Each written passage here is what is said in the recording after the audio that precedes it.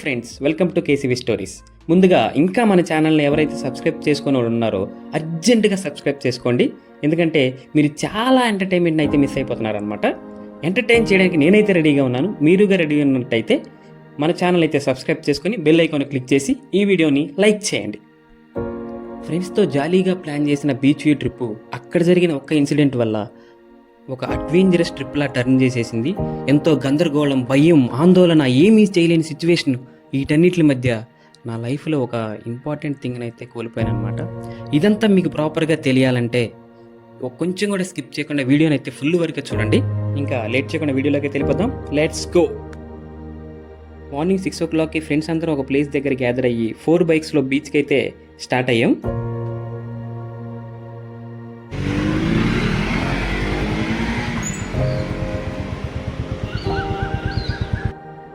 Early morning weather అయితే awesome అండి. చల్లటి గాలి, అప్పుడే నిద్ర లేచి బ్రష్ కూడా చేయకుండా ఉదయిస్తున్న సూర్యుడు. అబ్బా, ఆ మూమెంట్ని ఎంజాయ్ చేయాలంతే, నో వర్డ్స్ అండి. చూడండి మీరు కూడా.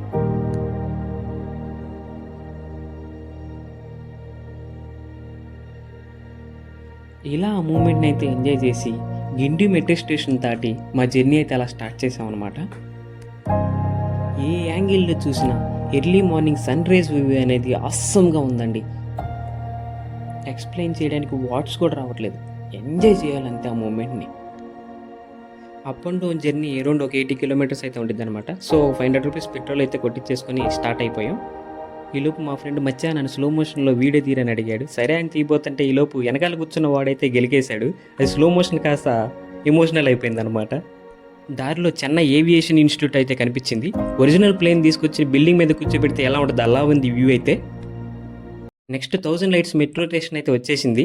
1000 lights ఎక్కడున్నాయని ఎదుగుతుంటే 1000 కాదు కదా, ఒక్క లైట్ కూడా కనిపించలేదు.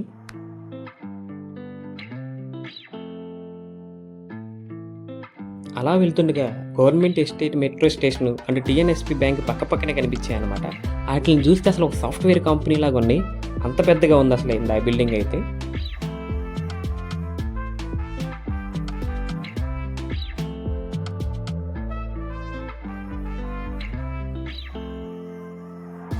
మధ్యలో ట్రాఫిక్ సిగ్నల్ దగ్గర అయితే ఆగామన్నమాట. ఈ గ్యాప్లో మళ్ళీ ఫ్రెండ్స్ అందరు కలిసి ఒక ఫన్నీ జోక్స్ వేసుకొని మళ్ళీ జర్నీ అయితే స్టార్ట్ చేసేసాము. ఈ సూర్యుడు అయితే మేము ఎక్కడికి వెళ్తే అక్కడికి వచ్చేస్తున్నాడు. ఎందుకు వస్తున్నాడు మాకు అర్థం కాలేదు. మీకు అర్థమైనట్టే కామెంట్ చేయండి.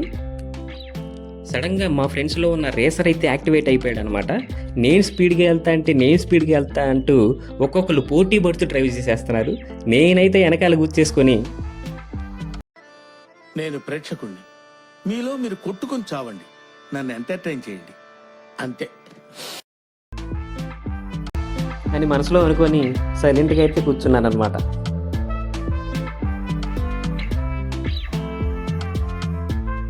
ఈలోపు హైకోర్టు అయితే వచ్చేసింది.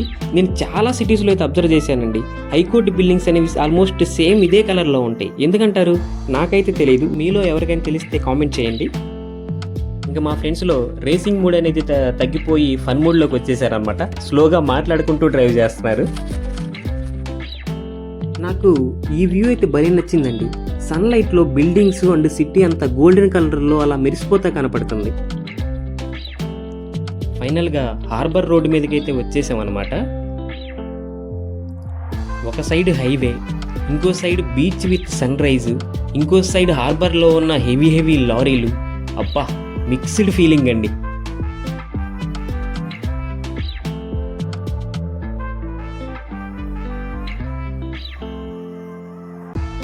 ఫైనల్గా మెయిన్ రూట్ని అయితే దాటేసి బీచ్లోకి వెళ్ళడానికి ఘాట్ రూట్, నార్మల్ రూట్లోకి అయితే వచ్చేసాం అనమాట.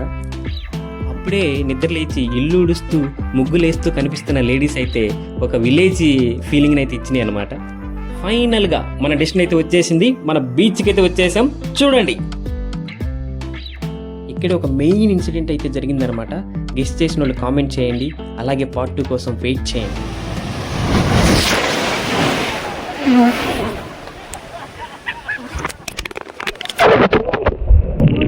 పోయిస్తున్నాడు